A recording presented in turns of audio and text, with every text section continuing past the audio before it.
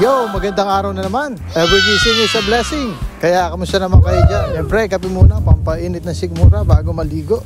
At talagang kahit taglamig na dito ligo tayo. Pinoy tayo Pag day off lang, huwag ka maliligo. Yun ang panata talaga dapat. Bawal yun. Lalakarin na kauli natin papasok at malapit lang naman yun. Magpiprepare tayo ng pan-lunch, magpiprepare tayo ng pan-dinner, mga backup, ganun. Kaya tingnan natin kung ano pa yung gagawin. Habang naglalakad nga tayo dyan, syempre ramdam na natin talaga yung lamig sa pisingin natin May araw din na pag naglalakad ka sa umaga talagang ang lamig pati sa kamay mo yung maninigas ba. Mga 8:30 nga ng umaga yan at duty ko ay 9. May ilang minuto pa ako niyan na makatambay at makapag-stretching sa labas para bago pumasok. Para ready ang isip at ang katawan para focus na focus. Ano kaya maiulam mamaya?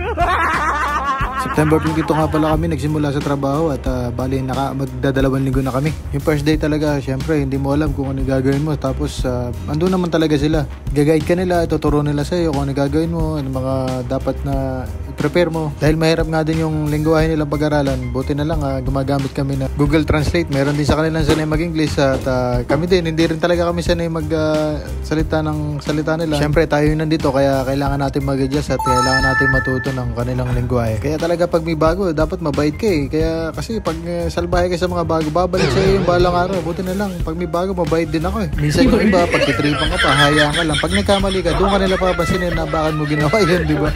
So ayos yun, mga ganong experience. Kaya dapat mahaba yung pasensya mo. Hindi lang basta mahaba, sobrang haba at dapat matagal yung pasensya mo.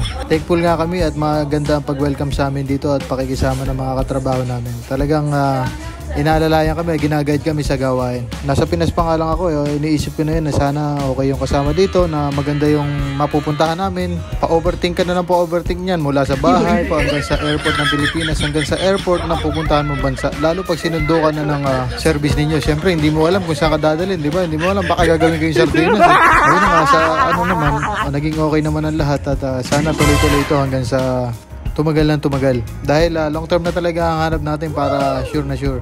Kaya syempre pag mag-a-apply ka, dapat isipin mo mabuti, mag-search ka, tingnan mo kung ano yung status ng company o baka may alam ka o may kakilala ka, may mga group, yun, doon, search mo yun. Huwag kang kayangan ng oras doon kasi sayang yung para sa iyo yun. Yung agency namin, nagugulat sila tumatawag na ako sa landline, nagme-message pa ako sa WhatsApp para mag-follow up at nagtatanong din ako ng details tungkol sa employer. At ito na nga, sa tinagatagal ng paghihintay, may visa na nga daw. Tapos kasunod na nun, may ticket na, doon ako nalungkot. Talagang parang ayaw mo na umalis, di ba pa ganun? Kaya naman sinulit ko na lahat ng oras at araw. Dahil 2 years din to, kaya dapat communication is the key. Video call, message, kaya dapat talaga laging may time.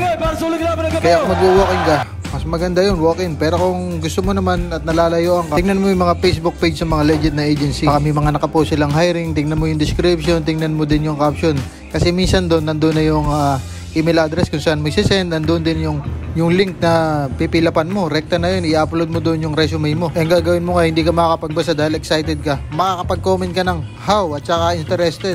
Kaya sayang naman yun, andun na yun Tapos sasabihin mo, hindi talaga para sa akin yan, para sa iyo, gawin mo para sa iyo, pare. Okay, kita happy ka. Kaya apply lang ng apply, kahit ilan pa yan. Mas madami, mas maganda, madaming pagkakataon yan.